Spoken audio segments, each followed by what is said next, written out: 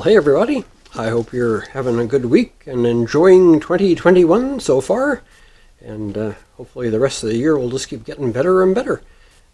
All we can do is hope, right? Well, if you're a Christian, you can say a prayer or two as well.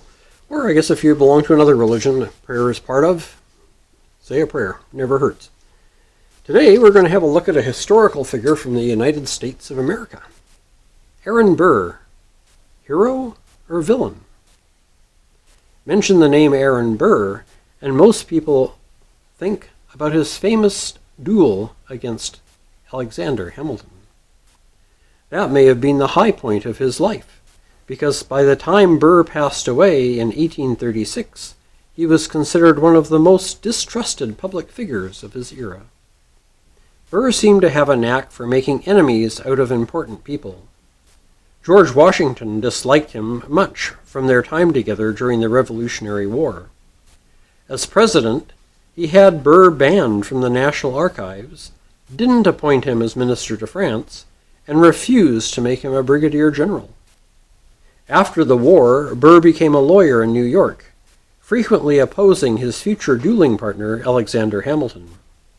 But it wasn't until Burr beat Hamilton's father-in-law in the race for a Senate seat that the problems between the two of them really started. In 1800, Burr ran for president against Thomas Jefferson. Back then, the candidate with the most votes got to be president. Whoever came in second, vice president, even if they were from different parties. When the election ended in a tie in the Electoral College, it was thrown to the House of Representatives to decide. After 35 straight tie votes, Jefferson was finally elected president, and Burr became vice president. Like Washington, Jefferson didn't hold Burr in high regard. In 1804, Burr decided to run for governor of New York. When he lost, he blamed the slandering of the press in general and the almost constant criticism from Hamilton in particular. Hamilton later shot off his mouth at a dinner party, and Burr decided he'd had enough. After giving Hamilton a chance to take his comments back, Hamilton refused, Burr challenged him to the famous duel. Burr and Hamilton met on July 11, 1804, at Weehawken, New Jersey. Some say Hamilton fired first, discharging his pistol into the air. Others say that he just missed. Burr, on the other hand, shot Hamilton, who died the next day. After the duel, Burr fled to his daughter's home in South Carolina until things cooled down. He was indicted for murder in both New York and New Jersey, but nothing ever came of it. He eventually returned to Washington to finish his term as vice president, but his political career was over. After his term as vice president, Burr decided to head west, to what was then considered Ohio, and the new lands of the Louisiana Purchase. It seemed that Burr had things on his mind other than the scenery, however.